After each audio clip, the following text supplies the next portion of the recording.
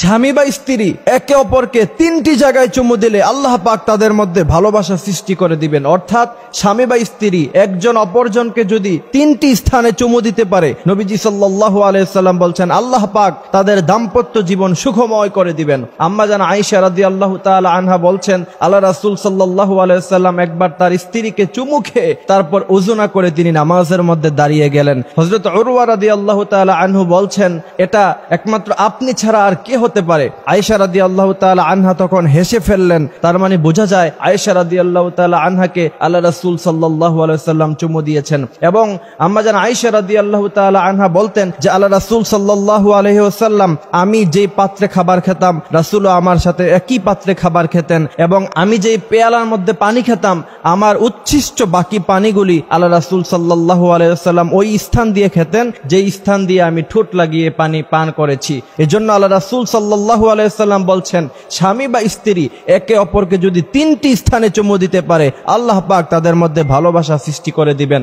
এক নাম্বার হলো কুব্বালাতুল খাদ্দি, অর্থাৎ গালের নরম অংশ। আল্লাহ রাসূল সাল্লাল্লাহু আলাইহি সাল্লাম বলেছেন তোমরা তোমাদের স্ত্রীদেরকে কুব্বালাতুল খাদ্দি অর্থাৎ গালের নরম অংশে চুমু দিলে আল্লাহ পাক তোমাদের মধ্যে ভালোবাসা সৃষ্টি করে দিবেন। আমার ভাইয়েরা, আল্লাহ সুবহানাহু ওয়া তাআলা বলছেন আজওয়াজান লিতাসকুনু ইলাইহা ওয়া জাআলা বাইনাকুম মাওয়াদ্দাতান ওয়া রাহমা, তোমাদেরকে আমি সৃষ্টি করেছি এবং স্বামী এবং স্ত্রী হিসাবে তোমাদেরকে পৃথিবীতে প্রেরণ করেছি এই জন্য যাতে করে একজন আরেকজনের কাছে গিয়ে তোমরা তোমাদের ক্লান্তি ভুলে যাও এবং তোমাদের মধ্যে যাতে করে ভালোবাসার সৃষ্টি হয় এবং তোমরা যাতে আরামে জীবন যাপন করতে পারো।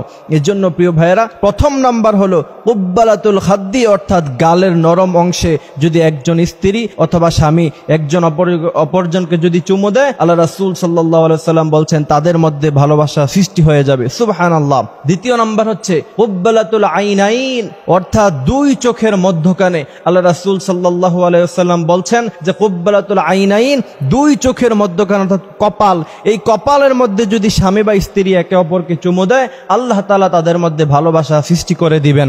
এই জন্য ইসলাম কত সুন্দর দেখেন, আমি অবাক হই আপনি আপনার স্ত্রীর সাথে কেমন ব্যবহার করবেন, স্ত্রীর কোন জায়গায় চুমু দিবেন সেটাও নবীজি সাল্লাল্লাহু আলাইহি সাল্লাম বলেছেন কুব্বালাতুল আইনাইন কপালের মধ্যে চুমু দেয়। এটা খুব সম্ভ্রান্ত একটা জিনিস এবং এটা খুবই সুন্দর একটা জিনিস কপালের মধ্যে চুমু খাওয়া। আল্লাহ রাসূল সাল্লাল্লাহু আলাইহি সাল্লাম বলেছেন যদি দ্বিতীয় নম্বরে তোমাদের স্ত্রীদের কপালে চুমু খেতে পারো আল্লাহ পাক তোমাদের মধ্যে ভালোবাসা সৃষ্টি করে দিবেন। তৃতীয় নাম্বার হচ্ছে কুব্বালাতুল ইয়াদি অর্থাৎ হাতের এই নিচের অংশ। এই নিচের অংশে যদি আপনি আপনার স্ত্রীকে চুমু দিতে পারেন ইনশাআল্লাহ আল্লাহ পাক আপনার মধ্যে আপনার স্ত্রীর মধ্যে ভালোবাসা সৃষ্টি করে দিবেন। কারণ আমি একটা আর্টিকেল পড়ছিলাম যে বিশেষজ্ঞরা বলছে এবং যারা বড় ডাক্তার তিনারা বলছেন যে হাতের এই শিরার মধ্যে 19টি শিরা আছে, এটার মধ্যে শ্রদ্ধা, ভালোবাসা, মহাব্বত অনেক কিছু বিষয় এখানে মিশ্রিত আছে। এই জন্য হাতের নিচের এই অংশে যদি আপনি চুমু দিতে পারেন আল্লাহ রাসূল বলছেন কুব্বালাতুল ইয়াদি হাতের নিচের অংশে তোমরা চুমু খাও তাহলে তোমাদের মধ্যে আল্লাহ পাক ভালোবাসা সৃষ্টি করে দিবেন। এই জন্য আমরা দোয়া করি আল্লাহ রাসূল সাল্লাল্লাহু আলাইহি ওয়াসাল্লাম স্ত্রীদের সাথে যেমন ব্যবহার করতে বলেছেন আমরা যেন তা করতে পারি, রাসূল পাক সাল্লাল্লাহু আলাইহি ওয়াসাল্লাম যা করতে নিষেধ করেছেন আমরা যেন সেগুলি থেকে বাঁচতে পারি, সে তৌফিক যেন আল্লাহ পাক আমাদের দান করে। আমিন।